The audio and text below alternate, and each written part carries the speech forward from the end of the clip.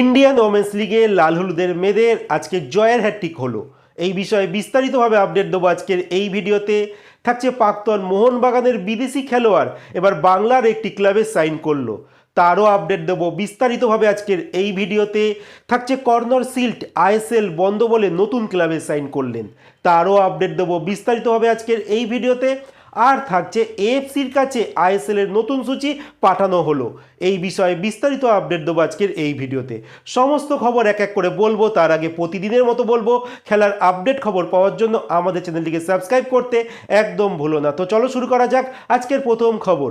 আজকের প্রথম খবরটি শুরু করছি বেঙ্গল সুপার লিগের আপডেট নিয়ে, যেখানে সোমবার দিনকে একটি মাত্র ম্যাচ ছিল, যেখানে মুখোমুখি হয়েছিল এফসি মেদিনীপুর, যারা ফেস করেছিল JHR রয়্যাল সিটি এফসির বিরুদ্ধে।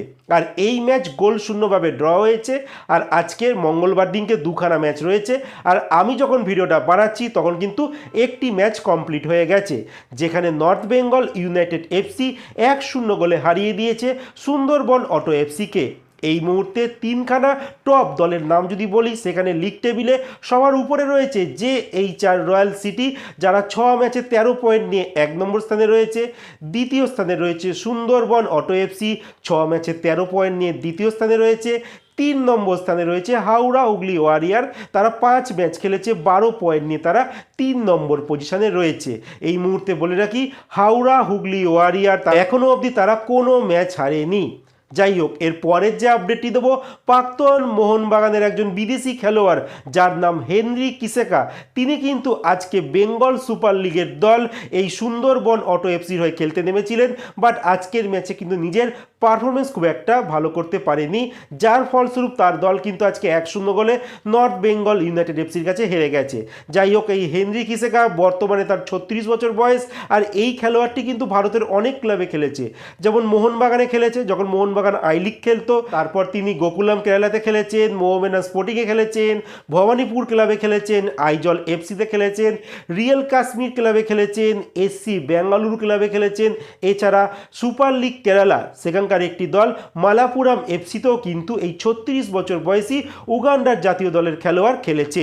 বলে রাখি, তিনি উগান্ডার জাতীয় দলের হয়ে 3খানা মতো ম্যাচ কিন্তু তিনি খেলেছেন।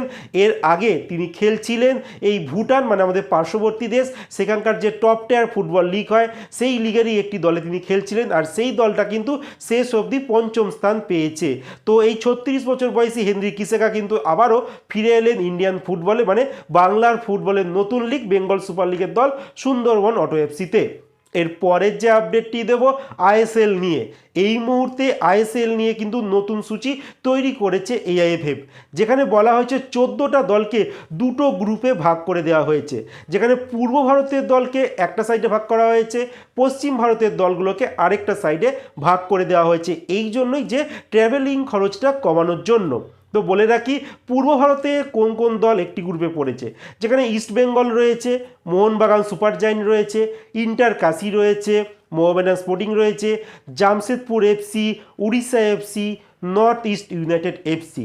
আর বাকি যে সমস্ত দল রয়েছে, মানে মুম্বাই, গোয়া, পাঞ্জাব, বেঙ্গালুরু, কেরালা, এরা একটা সাইডে পড়ে গেছে।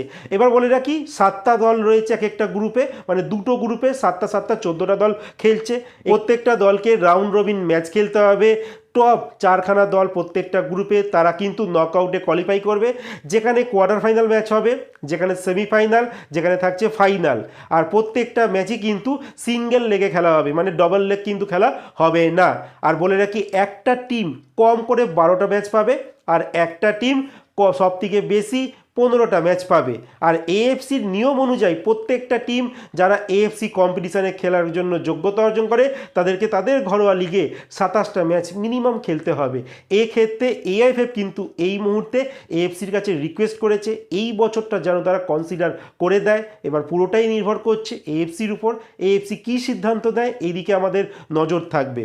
যাই হোক, ভারতীয় ফুটবলের এই মুহূর্তে ভবিষ্যৎ কিন্তু উপরওয়ালার উপরই কিন্তু নির্ভর করছে, তিনি কি ডিসিশন নেয় সেটার উপরই কিন্তু ফাইনাল হবে ভারতীয় ফুটবলের ভবিষ্যৎ। যাই হোক, এর পরের যে আপডেটটি দেবো কর্নার সিল্টকে নিয়ে। বছর বয়সী স্কটিশ প্লেয়ার, যেই খেলোয়াড়টিকে ইস্টবেঙ্গল মোহনবাগান চাইছিল এমন একটা রুমার উঠেছিল।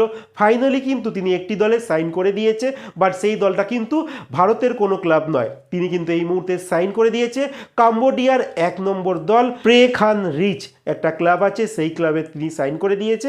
বলে রাখি এই প্রে খান রিচ কিন্তু last year AFC challenge league যেটা হচ্ছিল, মানে এএফসি থার্ড টায়ার যে লিগ, সেখানকার কিন্তু ফাইনাল ম্যাচ খেলেছিল, আর সেখানে তারা ফাইনালে আরকাদাগের কাছে কিন্তু হেরে গিয়েছিল। আর এই বছরও কিন্তু তারা এএফসি চ্যালেঞ্জ লিগ খেলছে, আর সেখানে কিন্তু এই মুহূর্তে তারা কোয়ার্টার ফাইনাল অবধি কিন্তু প্রবেশ করে গেছে। কোয়ার্টার ফাইনালে তাদের ম্যাচ এখন অবধি ঠিক হয়নি। বলে রাখি এই ক্লাবটি কিন্তু কাম্বোডিয়া একটা নামকরা ক্লাব, বা বলা যেতেই পারে 1 নম্বর ক্লাব, আর সেই দলেই কিন্তু এবার কর্নার শিল্ড কিন্তু সাইন করে দিয়েছে, যেটা কর্নার শিল্ডের জন্য কিন্তু খুব ভালো, বাট আমাদের ফুটবলের জন্য খুব একটা খারাপ হয়ে গেল। তো যাই হোক, এর পরের যে আপডেটটি দেবো, ইন্ডিয়ান্স ওমেন্স লিগে আজকে ইস্টবেঙ্গলের নারী ফুটবল দল তাদের তৃতীয় ম্যাচ খেলতে নেমেছিল। সেই ম্যাচের কি আপডেট হলো তা সেটা তো বলবো, তার আগে তোমাদের বলবো যে আরও 3টে ম্যাচের কি রেজাল্ট হয়েছে। যেখানে দিনের সবার প্রথম ম্যাচে গাড়োয়াল এফসিকে 1-0 গোলে হারিয়ে দিয়েছে নিতা ফুটবল একাডেমি। দিনের দ্বিতীয় ম্যাচে বাংলার দল শ্রীভূমি তারা কিন্তু 4-2 গোলে হেরে গেছে সেতু এফসির কাছে।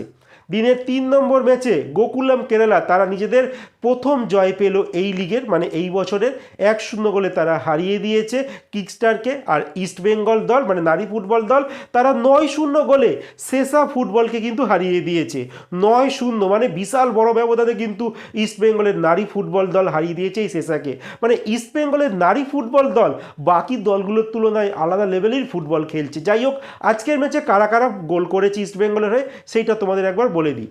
সৌমা গহলত তিনি কিন্তু আজকে 3টে গোল করেছেন, ফাজিলা 4টে গোল করেছে, সুলাঞ্জনা আর রেস্টি কিন্তু একটি একটি করে গোল করেছে। এই মুহূর্তে যদি আমি পয়েন্ট তালিকায় তাকাই কোন দল সবার উপরে রয়েছে, সেখানে নিতা ফুটবল একাডেমি উড়িষ্যার দল, তারা 4 ম্যাচে 10 পয়েন্ট নিয়ে তারা 1 নম্বর স্থানে রয়েছে। 2 নম্বর স্থানে রয়েছে ইস্টবেঙ্গলের মেয়েদের ফুটবল দল, তারা 3টে ম্যাচ খেলেছে, একটা ম্যাচ মানে কম খেলেছে, তারা 9 পয়েন্ট নিয়ে তারা দ্বিতীয় স্থানে রয়েছে। আর 3 নম্বর স্থানে রয়েছে সেতু এফসি, তারা 4 ম্যাচে 7 পয়েন্ট নিয়ে কিন্তু তারা এই মুহূর্তে তৃতীয় স্থানে রয়েছে। আর চতুর্থ স্থানে রয়েছে কিন্তু শ্রীভূমি এফসি। তো বলে রাখি ইস্টবেঙ্গল কিন্তু পরবর্তী ম্যাচগুলো আরও ভালো হতে চলেছে। যত দিন যাচ্ছে ইস্টবেঙ্গলের কিন্তু নারী ফুটবলে খেলার মান আরও উন্নত হচ্ছে। এই নিয়ে তোমাদের কি মতামত তোমরা কমেন্টে জানাতে পারো।